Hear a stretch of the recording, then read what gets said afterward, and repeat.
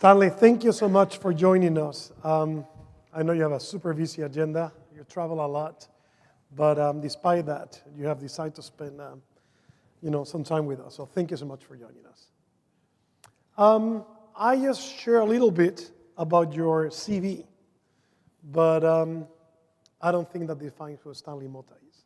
Why you don't tell us a little bit who is Mr. Motta or Stanley Motta?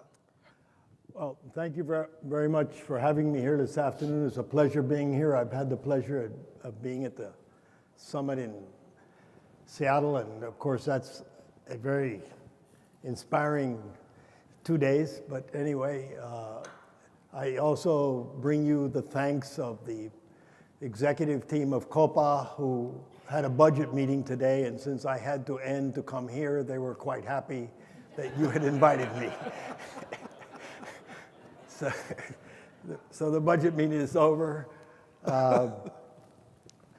Look, I guess what I would tell you is that I'm a second generation businessman, sort of an unusual story in it because my father was the youngest of 5 brothers. My father, or my grandfather, my father's father, passed away when he was 18 months of age, so I never met him. They were raised by their mother. The 5 brothers actually branched out, each one individually. It wasn't one family unit. And they developed businesses here in Panama. My father was a partner with his eldest brother. He was the youngest, and he was a partner with the eldest one. But my Uncle Arthur died in 1965, and one other uncle died in 1970. And so I grew up with 3 uncles, my father and 2 uncles. And to be honest with you, whether they had shares in the business or not, you paid attention because the brothers were so close to each other, you had to pay attention no matter what was going on. Later on in life, we were mainly in the duty-free business, the free trade business, in the Calan Free Zone, and then got involved in other things. And along the way, the brothers sometimes invested with each other, sometimes didn't. So it was a kind of a confusing family. We're now 14 first cousins. A couple have passed away, but one of my brother was one, who was my brother, partner, and friend for 69 years. And but my brother and I sort of were the successor to my father. The others were successors to their fathers or my uncles, but there was always a cross-holding in some type, so if you try to figure it out, you need a lot of accountants. But fortunately, we get along, and fortunately, we've come from there. So being a second-generation businessman, I obviously had the opportunities to do things, and one of the things that I learned with my father is that you sort of get opportunities from the least expected places. People ask me, how did we ever get in the airline business? Well, the truth of it is we got into the airline business because in 1968, when COPA was just a small domestic carrier, we took control of an insurance company. And the insurance company owned 10% of COPA. And that gave you the right to 1 seat because they had proportional directors. In 72, 73, Pan Am had 24% sold out. And that we bought some more shares, and then we had 2 seats. And we sort of went along that way. My father was always interested in what the airline was doing and pushing it along and getting it to fly to Central America, which was our first thing. And in 1986, a little earlier, I became an alternate director to my father. And one day, my father was away, and he came back, and he said, "What happened to the COPA meeting?" I said, "I didn't go." So what do you mean you didn't go? I said, "No, those guys don't know what their receivables are. They don't know what the payables are. It's crazy. It's just badly managed, and I think, it's a waste of time." And he says, "What do you think we should do?" I said, "Well, I think we ought to sell or we ought to buy." He said, "Do you think the controlling family would sell?" I said, "Well, let's go ask the question."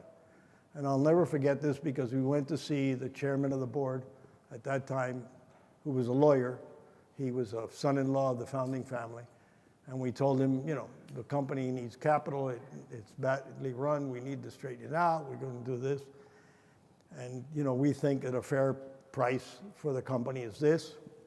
and we're willing to buy. And he said, this is a Wednesday. He says, is the offer valid till Friday? And we said, of course. And he said, because tomorrow I'm getting the family together. I'm a lawyer. People are calling me to collect their bills and to do this and do the other. I got no time for this. And he called us back on Friday and he said, we'll sell with one condition. He said, what's the condition? He says, the condition is that you make the offer to everyone. Everyone who wants to sell out can get out. And whoever wants to stay wants to stay. So, obviously we wanted to buy as much as we could at that point, and we did. And so that's how I got into the airline business. And if you want to go one step farther, we have sort of longevity and management record in the airline business because the CEO of Copa is Pedro Helbrun. Pedro used to work for me as an assistant back in 1986. He had been working for me for about 7 years. And in '88, I sent him over, and a year later, I made him CEO. So I think he's the longest surviving CEO in the airline industry, probably in the world. And he also has the distinguished part of his resume that he's only had 3 bosses in his entire life: his father, myself, and his wife. And well, the rest is history. So why I'm telling you the story is because our family grew up out of looking at opportunities, understanding what to do, what opportunities to take and which not. And they come knocking in the strangest doors. Many people say, oh, but you had a strategic vision to do this. That's not really. We sort of sat back and when we thought it was a good opportunity, we would go at it. And I think that's part of entrepreneurship and being open to things. And also you do learn, and I'm getting a little long here, but no, please. My uncle Bobby, who was quite a businessman, one day tells me, Stanley, he says, this thing of selecting businesses is just like looking at women. I said, what do you mean? He said, well, when you're young, you want to attack them all. When you're old, you can let some go by because there's another one coming. Anyway. So Stanley, I know that you and me have talked a lot about this culture and the importance of culture. And you have different companies, different CEOs. I didn't know the story about Pedro, so I'll let him know that. But what do you do? How do you try to drive the culture across your companies, or you let each of your companies have their own culture, and how important that is for you?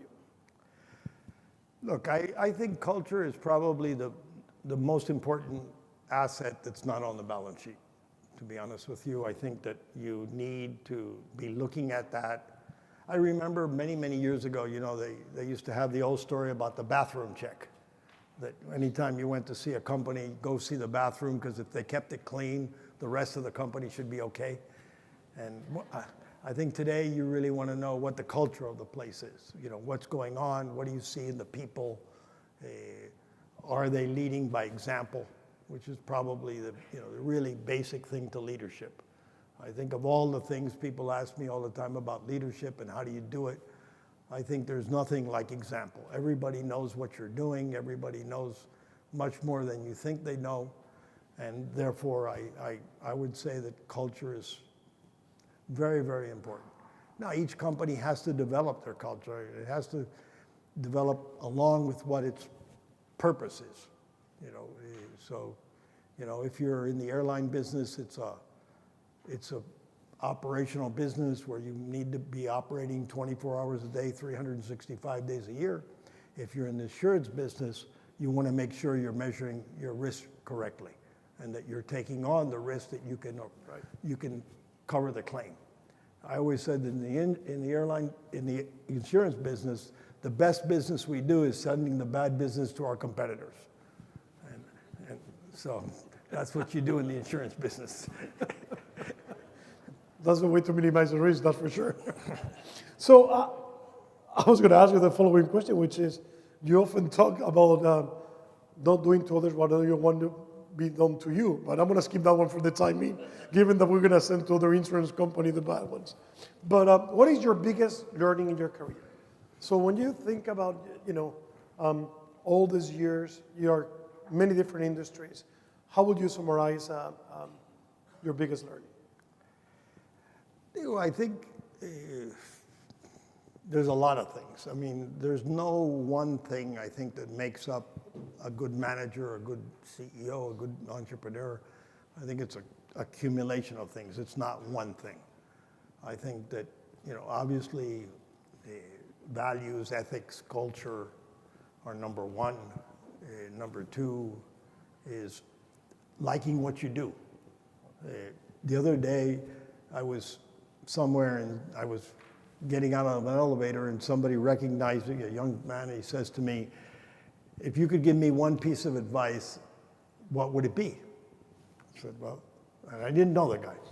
And he says, I said, accept the job that makes you passionate, not the one that pays you the most, because you'll make up the difference very quickly. And I think that's probably the thing that I think keeps me going and keeps a lot of people going is they like what they're doing. If you don't like what you're doing, change professions, you'll have a happier life. That's great advice, actually. Very good advice. This is very linked as well.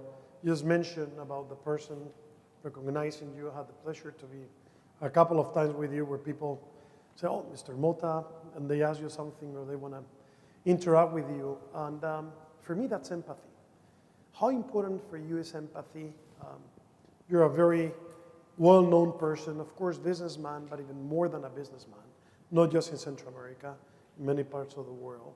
How do you couple, that with your empathy and, some of the things that we talked before, actually, ego? How do you couple all those things? I have a very simple saying on that. Humility makes you happier. That's the truth.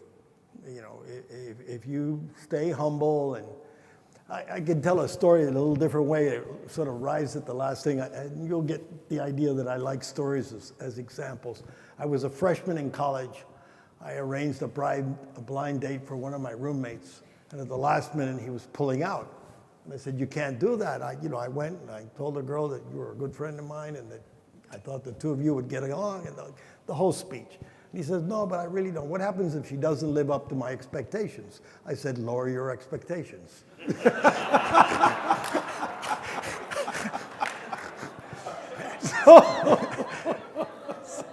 Well, this is a great, actually. So if you keep your expectations low and you keep your humility, you'll be a happy person.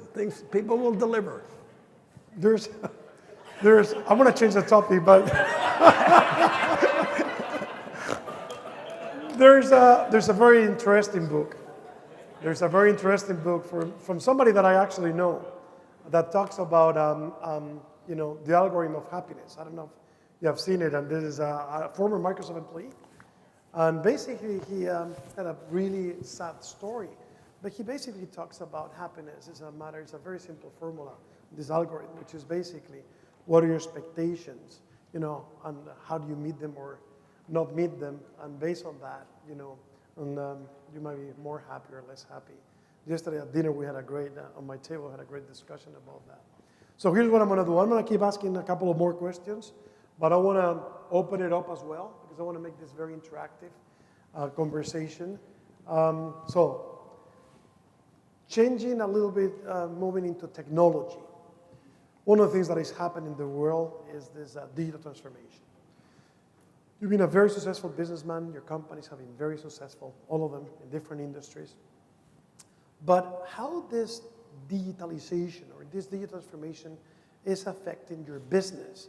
What is your vision? What are your concerns? How are you approaching this? How do you talk to the different boards and CEOs that you have about this? I'm of the opinion that this is not new. I just think it's accelerated. We've been transforming ourselves for years and years and years. And probably the best example of that is there's a book called Sapiens, A Brief History of Humankind. And in the book, the author says that if somebody went to sleep in the year 1000 and woke up 500 years later, he would recognize his world. Now, if you had gone to sleep in the year 1500 and woke up 500 years later, you wouldn't know what planet you were on. So the acceleration is obviously there. But I remember, for example, something that we all use, well, at least you all use, I would assume every week.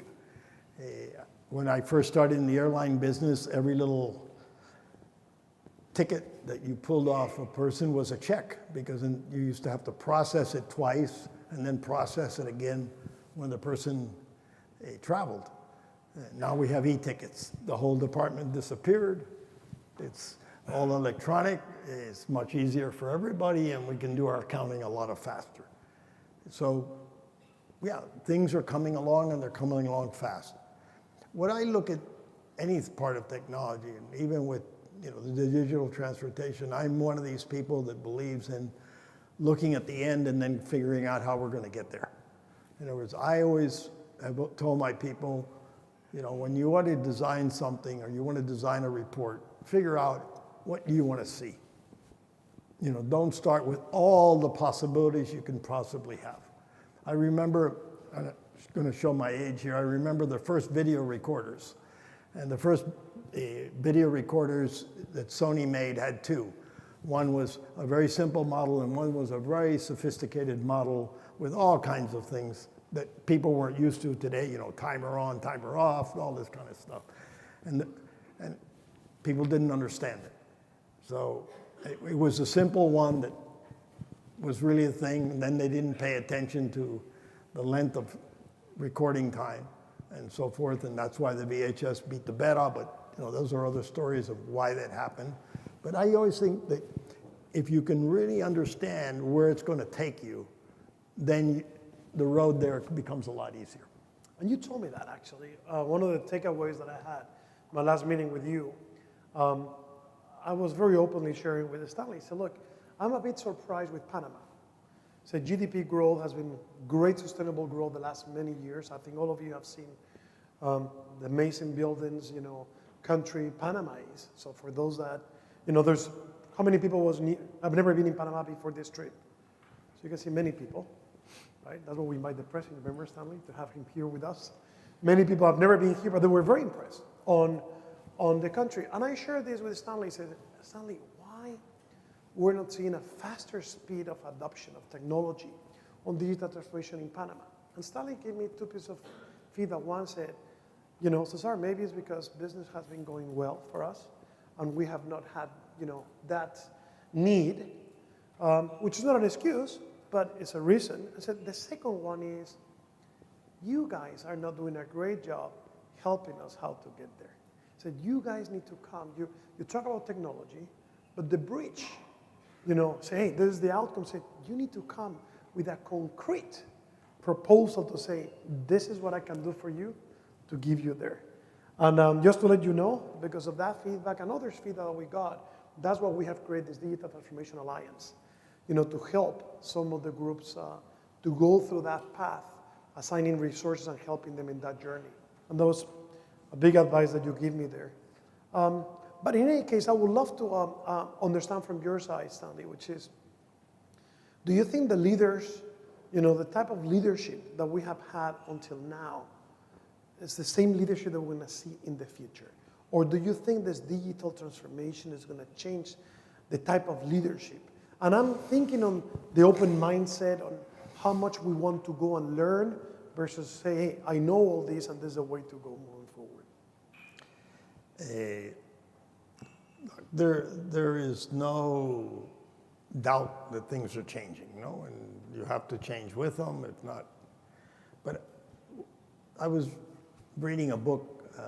I've actually only started, so I can't tell you a lot about it. But basically, they're talking about the education system and what's going to happen in the future. And basically, what they're talking about is the 6 C's. See if I can remember them all correctly. Collaboration, critical thinking, content, confidence, creative innovation, and communication. That's what you need in going forward. In other words, one of the things that I've seen, and one of them that sort of worries me is confidence, because confidence is self-esteem. And when you go in and you see some of the poor neighborhoods and the problems going on, a lot of it is a lack of self-esteem. These people don't have the self-esteem to try and get a job. They don't have the self-esteem to know how to get a job. It's incredible. So if you look at those things, because in the old days we all had to learn content. Now it's available. In fact, I have a friend of mine who, in his second marriage, married a much younger girl and then wrote an article that I like. I have a photocopy at home, and it says that the problem with being married to a millennium is you get fact-checked. It says there was 20,000 people in the stadium. They say, you know, there was 22,345. He says, so the information's going to be there. So how do we have to change these things in the future? How do we have to think about them in the future? And I think those sort of tell you what you're going to need to focus on. And I also think collaboration, as much as we think we collaborate well, we can always spend some more time. And now I'm going to take a minute on this. They mentioned that I had spent as chairman of the Diario de Autoridad de la Región Interoceánica, which was a government entity that we received all the assets that were not the Panama Canal. Now, to give you an idea of what that was, there was 11,000 buildings. I had 7 military bases, 3 airfields, all kinds of things, bowling alleys, gas stations, whatever you wanted, commissaries, et cetera, theaters, et cetera. And the government decided, this is right after the US invasion, the first democratic government, that they were going to form a board. And this board ended up being made up of myself, an engineer, an architect, a revolutionary lawyer, who I'll tell you a story about her afterwards, a lawyer, a corporate lawyer, 2 labor leaders, 2 deans of universities, 1 social worker, and I think that was about it. And when people saw this board, they said there was no way that we would ever get together and do anything constructive. And the truth of it is, what we learned was that we used to start the board meetings about 8:30 in the morning and end them about 7 o'clock at night. And at the beginning, they were every week. Afterwards, it became every 2 weeks. And then more or less once a month or every 2 weeks, we used to have these board meetings. And everybody used to say, but why do they take so long? I said, because we're building up collaboration. These are people that didn't know each other. I knew 2 of them before going in. I didn't know the others. And just the hours we spent gave us a lot of ability to move forward afterwards, because you let everybody participate, you let everybody collaborate. And I always tell people, the one lesson I learned there, if any of you ever decide to accept a public position in any government, anywhere in the world, you go to the drugstore and buy all the patient pills they have. Because you're going to hear the same story time and again from a number of people. So it's part of being a public service. Let me open it up so we can get people also to interact with you. So I think we have some mics. So go ahead and raise your hand. And here you have Robert. We have here Sergio.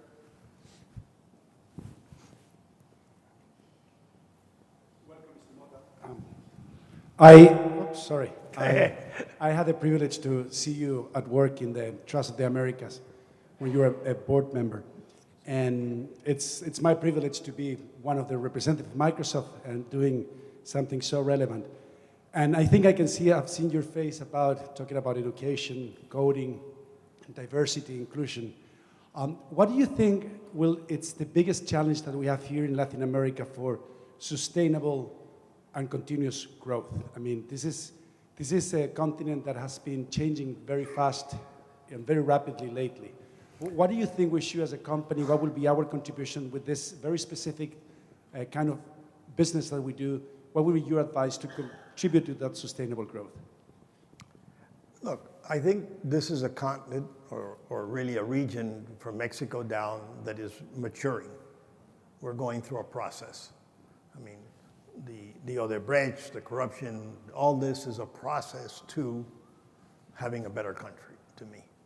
It's not easy, it's tough, you have to find ways to solve it, but it goes forward. What many people forget about in Latin America is that we're very fortunate. We get frustrated when we look at our potential, but when we look back, we sort of have some appreciation of how far we've traveled.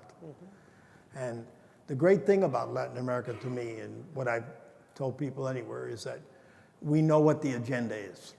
We know it's producing jobs, we know it's public transportation, we know it's public health, we know it's education, we know it's housing. We know what the agenda is. What everybody forgets is that what we don't have on the agenda is racial discrimination or religious discrimination. And a big part of the world is heavily affected by those two things. That's right. And we forget that. We forget about how fortunate we are not to have that. And that's why, if you go back to my previous story, the collaboration is possible. The collaboration is possible because we don't have those two stigmas. And that's why I'm very optimistic that, you know, we've got to grow, we've got to learn from our mistakes, and we got to go forward. You know, I'll take this opportunity because we talked about it. It says, you know, how do you handle mistakes? And that's always a good thing. And I always say that you first of all, you don't bet the farm. You know, 2, you learn from your mistakes. You have to be willing to allow your executives to make mistakes. And the only question I ever ask people is, what did we learn from it so we don't do it again? I can tell you a story a little bit on the flip side of that, shows the relationship with my brother. At one time, many years ago, the pound sterling was very devalued and got down to almost a 1-to-1 ratio. And we were in our trading business buying a lot of Scotch whiskey and stuff from England. And I decided that we would buy a bunch of pounds. I could cover the purchases for the next couple of years. I could put them in a time deposit. So I would be making interest, and then I would borrow the dollars here, and there was an interest rate arbitrage as well as whatever happened with the pound. And anyway, against me, the pound kept going down. And my brother walks in one day and he says, "Hey, Stanley, you know those pounds you bought?" He said, "Yeah." He said, "Well, you don't look too smart." I said, "Well, let's see what happens." But you know, a little while, about a month or so later, he comes into my office and he says to me, "Hey, you know, you're looking better with regard to the pound," because the pound had recovered some and we were doing okay.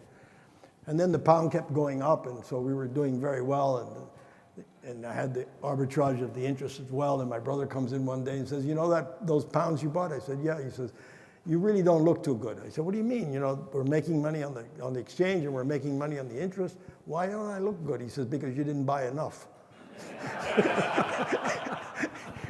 So, that's the way it goes. Sergio, and anybody else who starts raising their hand so we can give the mics. First, thank you, Mr. Motta, for visiting us today. I wanted to shift gears a little bit and actually dig a little into where you were talking. Would you share with us what was your biggest business mistake in your whole life, and what did you learn from that? It probably wasn't my biggest, but it was probably my most frustrating. And what I learned was that a very good friend of mine brought me somebody who had an idea that we're going to develop. And anyway, make a long story short, we ended up investing with the guy. My friend put much less than I did, but you know, he put significant for his. And we went forward, and then about 6 months later, we found out that the guy was really a crook, and we lost our money. And what did I learn? I don't care who brings me somebody, I'm going to do my due diligence. So you always need to do your due diligence.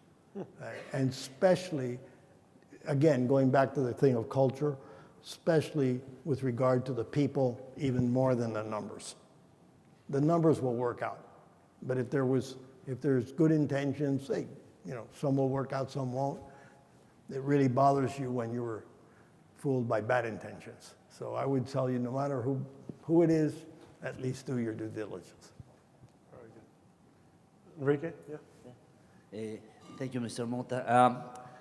As a customer and maybe potentially as an investor, what advice could you give us as Microsoft to do better? Where do we need to improve?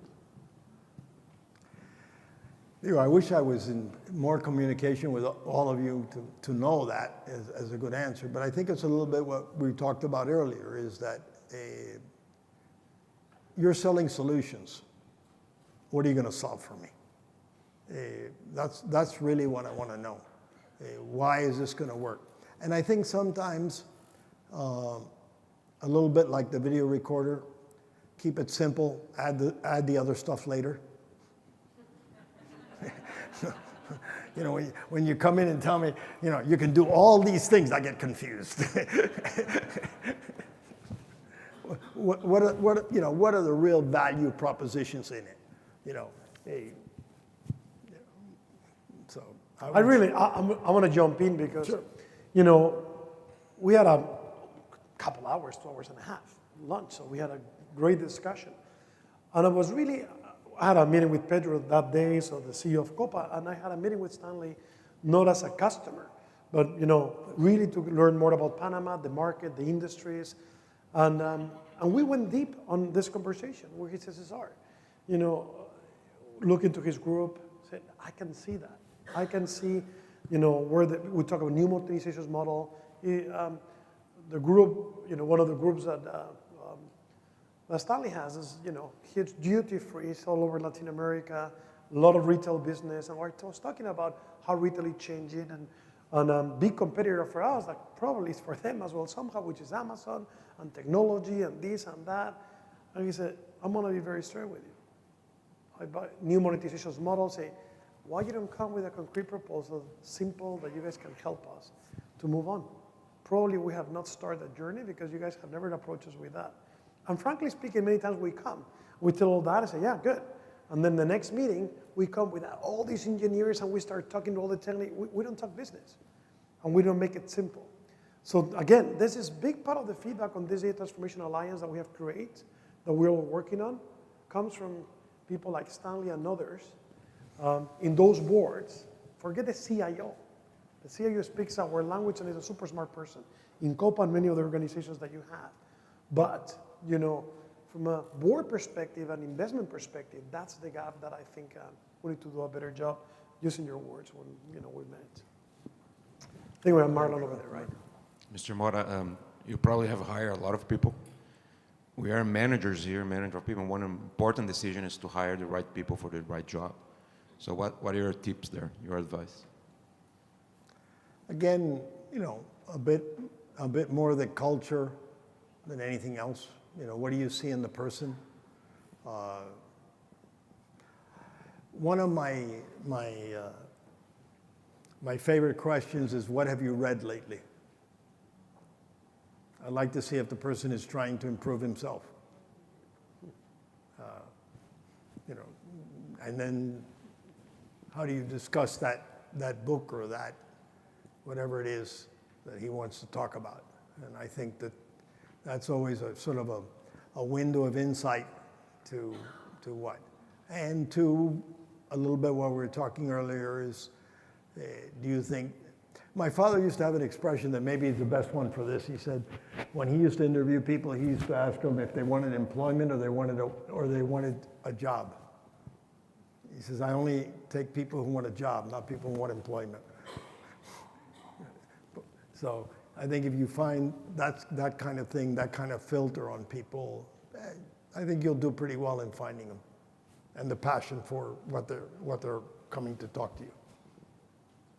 So, Mr. Motta, thank you for being here with us. You were talking about the importance of getting to know the people, building trust, and so on. But in what we're doing today, there's a component that is really related to trust in the technology, not only the people. I'm thinking of the questions many people have around artificial intelligence, cloud, privacy, and so on. How do you see that as a customer, and how can we help to build trust, not only in our people, but also in the technology and what you can do with it? I think that, everybody is sort of circling around this, trying to understand, what implications it's going to have. I'm not as frightened of it because I guess over the years I've seen technology come along, and what I normally find is that we don't reduce people, we just don't grow as fast because we get more productivity out of the same amount of people. And I think that's part of what you've got to tell companies, because sometimes you're hitting an internal resistance that I don't want to. When I was at the Microsoft conference, I can't think of his name right now, but it'll come to me. There was a professor from Harvard talking about job recuperation after recessions, and how after every recession it's taking longer and longer to get back to the job levels that you had before. And when it was over, I told him, I lived that with a small company I have in Miami. I said, when the recession came along and we had to let some people go, and my managers went through the trauma of letting them go, when we started to grow again, I found, they weren't hiring people. And I was saying, what's happening here? And he was saying, well, the truth of it is, we're letting our people work more overtime. They're happier, they're taking more money home, and we don't need to leave. And eventually, they got to the point we're happy. What I was saying was that in today's world, anybody can work 44 hours. The old 40-hour week went out a long time ago. The world doesn't know it yet, but it did in many ways, or at least for many professions. So I think the main thing is not to be scared of it, to understand that the productivity and the better product that you can deliver. And they have to look at it as I'm not coming in to destroy your company, because you don't have to, you who work for Microsoft who are selling me, you don't have to let the 100 people go, but I do. And that's traumatic for anybody. So I think look at it, hey, this is going to be done progressively, not overnight. This is what you need to be to compete in the future, and you'll be able to retrain your people to be very productive with you. So I would say that's the thing that I think sort of is the hidden agenda that I think people who are selling technology need to recognize. Hello, thank you for being here. Us being managers here in Latin America, and kind of linking with Marlon's question, what are the one or two competencies that you look for the managers in your organizations that should continue developing or value the most to really drive what your agenda is? I think it's what I was saying earlier. I mean, values and passion are the two things you're looking for, and just that's it. And willing to deal with adversity, willing to stand up to their mistakes and tell you where they are and not to bury them is always important to me. Because if I know the problem, we can handle it. If I don't know the problem, it becomes a real problem. So I think, but you have to allow that to happen. You have to, you have to be able to, when the guy walks in the door and says, this happened, and it blindsided us, okay, what do we learn from it? And what can we do about it? What's the best? It's already happened. And I'll tell you a story in a different way.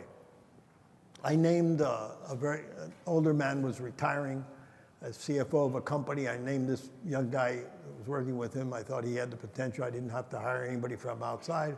I named him CFO. So he comes into my office and he says, Mr. Motta, now that I'm going to be CFO, to what level, to what amount can I sign a loan? And I said, up until you dare. He said, what do you mean by that? I said, well, you could be signing a check to a supplier for millions of dollars, and you are just doing the processing. The guy who issued the purchase order is the guy who really signed the check. You're just doing the processing. and yet there can be an expense for $10,000 that you should stop. So I said, sign what you dare to sign. And I think that's the kind of values that you want to instill in people, not, trying to figure out what you limit or don't limit them to. Mr. Motta, thank you again for being here. You talked earlier about chasing fewer and fewer opportunities as more time went by. Were there any opportunities that you didn't chase that you wish you had, that sort of a missed opportunity, something that turned into something big? And what did you learn from that, and what can we learn from sort of missed opportunities? You have all night? There's one great thing about failures, and that is you bury them quickly, and they disappear. And there were some opportunities along the way but maybe I'll tell you, it wasn't a big one, but is sort of when you don't understand the fundamentals. Right after 9/11, I was in New York. And right after 9/11, the Time Warner building was only going up in steel girders. There was nothing else there but steel. And this friend of mine tells me, Stanley, go buy an apartment in Time Warner.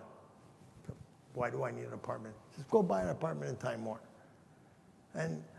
And I said, why? He said, well, you've got to put down 5%, this and the other. And, well, I didn't do it. In those days, I could have walked in, I could have signed for a very large, let's say a $3 million apartment, putting down $150,000, and that's the most I could lose. The downside was $150,000. Okay? But I'm going to go sign, I'm going to go buy an apartment, I think I'm out for $3 million, not for $150,000. Now, if somebody told you to buy a stock and that's the most you can lose, you'd go do it. And what was happening was the market had changed. After 9/11, nobody wanted the high floors. And all the banks wanted them, in order to continue to give them money, was to show that they had customers that might buy the apartment, and that had, I'll be honest with you, you had to have the potential to be able to buy it, to take out the mortgage or whatever. But so when you don't understand, these things change on you. I can tell you, in the place that's crazy is Venezuela. I mean, it's just, the exchange rate all over the place, all of this. You'd be surprised at some of the stuff that, that you have to sit down and think it out. And then you say, well, this is the way to solve the problem. And so there's things, but the failures come quite a bit. I think I learned from my father and my uncles that, you don't cry about them, you learn from them, you bury them, and you go forward. And that's it. You're going to have a few.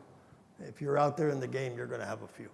But what you most learn is that hey, it was okay, because you never want to take a company and extend it into something that puts the company in jeopardy.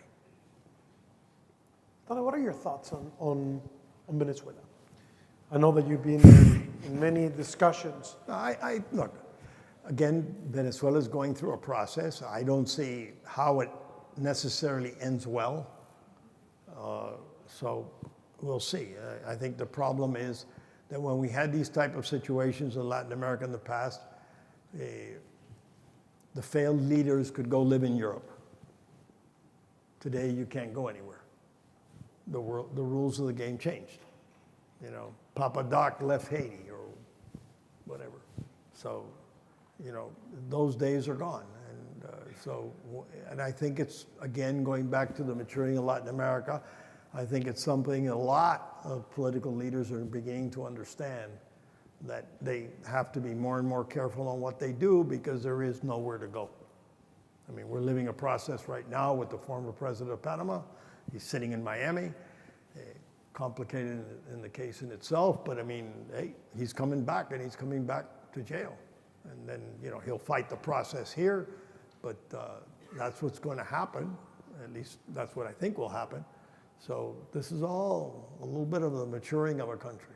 And I've talked to the Brazilians about it. I've talked to everyone about it.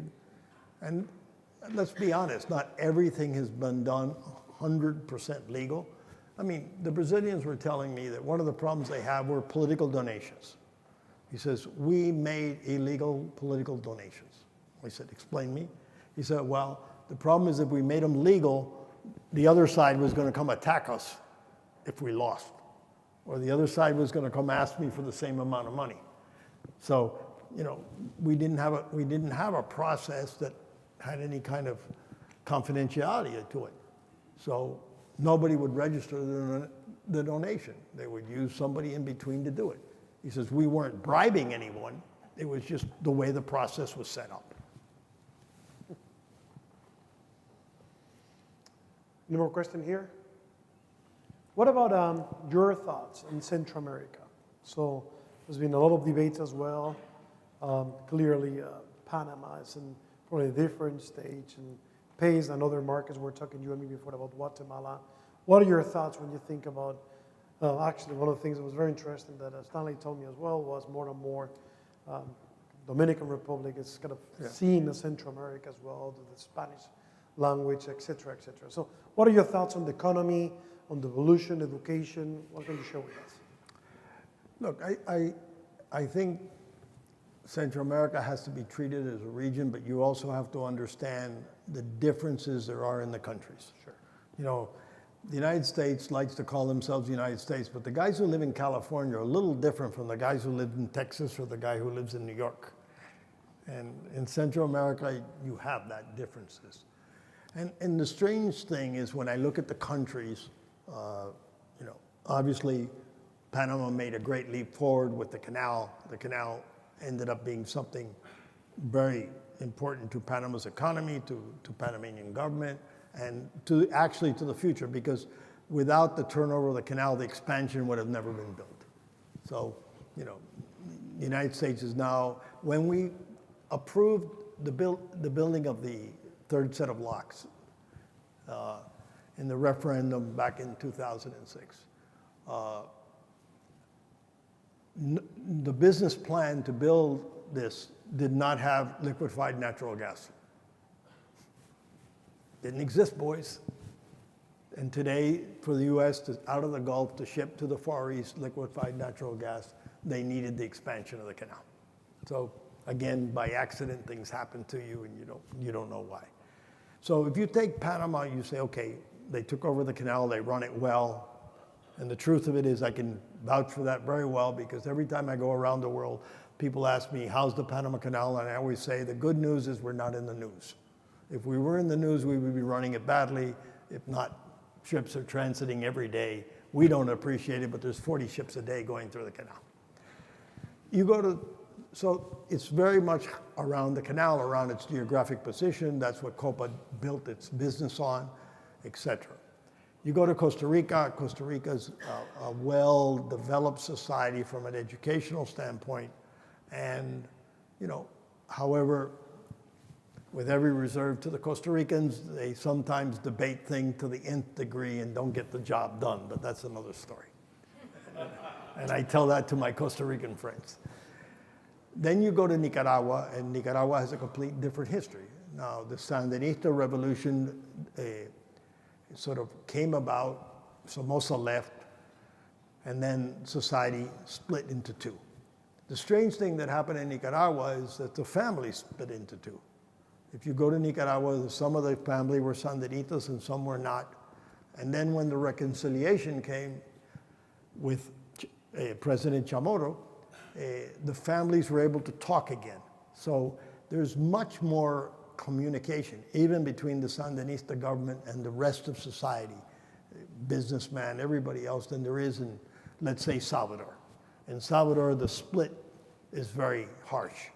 You have the government today that comes from the left and has zero communication with the private sector, because the private sector was very involved in the Arena Party and developing. So these different histories. Guatemala, you have the case of a large Indian population. I was telling you earlier that the problem is in Guatemala that there's always been many, many political parties. There's no major party. Every time they have an election, they have 15 candidates that gets boiled down to 3 or 4.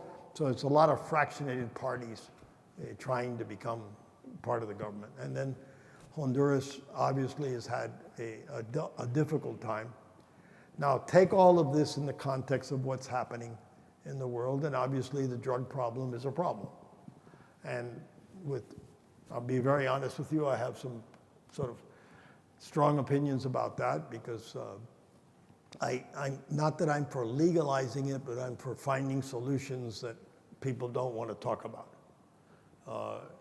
In the United States, what happens is that crime in the United States is not a threat to the state. So the most dangerous thing a policeman does in the United States today is domestic violence. He has more chance of being shot going into someone's home than he has chasing drug lords. And as a Mexican friend of mine says, how comes we know all the nicknames of all the head of the drug cartels in Mexico and nobody knows any nicknames in the United States? And it's because the drug system or the prostitution or numbers or whatever you want are not a threat to the state. And in our part of the world, the problem is that we're dealing with a threat to the state. So it's a complicated subject. How do we get over it? How do we get out of it? It's a tough one. It's going to be education. It's going to be opportunities. It's going to be those type of things that we need to work on to overcome. Or, we'll see. But it's a tough subject. It's a very tough subject for this part of the world. Last year we participated actually in how was it called, Robert, when we went with the Council of America actually for the North Cone for Central America, right? In Miami. Where a big part of the debate was on security. And we were invited to talk a little bit about that. And there was a great debate. The U.S. was participating exactly on all those, trafficking and, drugs, et cetera, et cetera. Let me ask you last question on actually around this topic, which is Trump's administration. You're an American company. How do you see that impacting, not impacting, in this case, Central America? I know it's be as open as you want to be or as close as you want to be, but I would love to hear from you. We're an American company. We're a global company, but headquarters in the U.S., so we'd love to get a little bit of your sense and your views there.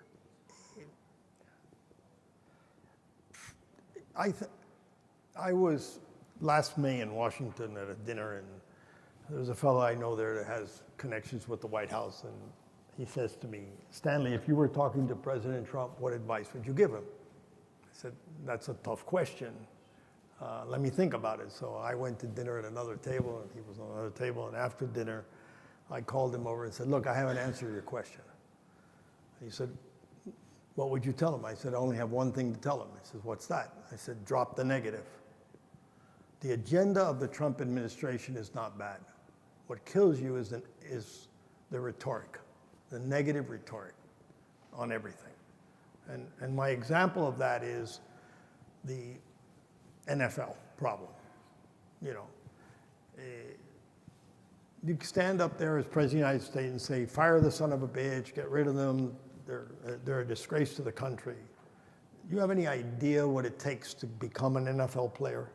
How many hours of practice and physical suffering you went to get there? And then somebody tells you you should be fired because you protest racial inequality. If the President of the United States had stood up and said, I know there's a long way to go before we have racial equality in our country, but I just don't think the right moment to protest is during the national anthem, I think 95% of the country would have been with him. So that's my example. So I think the Trump administration does not have a bad agenda. I worry a bit about the Congress because I find them, even behind doors, not willing to work with each other. I understand public speaking. I was telling you about the ADI thing, the two labor leaders. I used to tell them sometimes, you got to vote against this, and because I know who they represent, and it's fine. There's no reason we all have to be in agreement with everything. That's not part of the game. But so what's really worrying me is the negative aspect of the way it's being sold. I mean, Kelly. Kelly was head of the Southern Command. There's no one that knows in Washington, in the Trump administration, that knows Latin America better than Secretary Kelly, or he's now not secretary, he's Chief of Staff Kelly. And, you know, what he was always talking about is secure borders, not building a wall. And I think every country has a right to have secure borders. I got no problem with that. You know, but Trump won't make that move from the wall to secure borders. And so that makes it different. And obviously, I am concerned about NAFTA, because not only because of López Obrador, I'm concerned about NAFTA, that it doesn't become a rallying flag for the rest of Latin America to pick a beef with the United States. Tough, but that's it. Let's try to close on a high. Well, I'm gonna tell them, I'll close on a high here. As I told you earlier when I began, that, you know, I grew up with my father and two uncles that were all entrepreneurs and hard workers and this and the other. And my father used to tell our people all the time that you can be a success working half day. And everybody would look and say, I only have to work half day. He says, yeah, doesn't matter, it's the first 12 hours of the day or second 12 hours of the day, that's half day.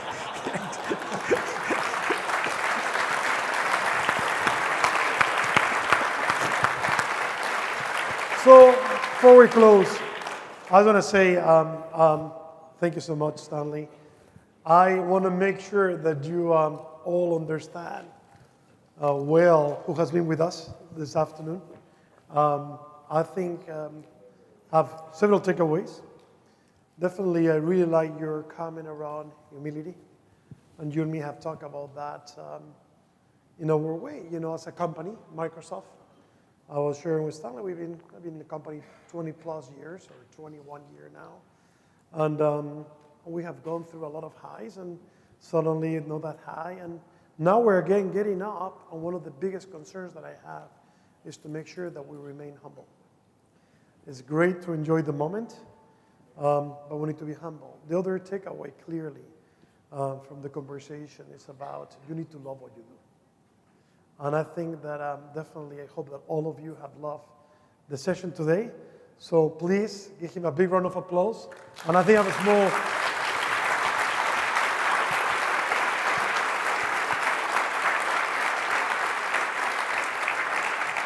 And Stanley, this is just a small token of appreciation from our side for coming here. Thank you very thank much. you so Not much. necessary. And it's a great pleasure to have you here with us. Pleasure. Please, big round of applause again. Gracias. Thank you.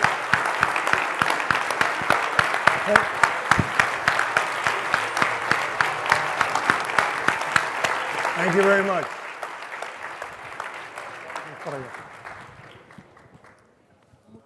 Nice to be with you. Gracias. Hello.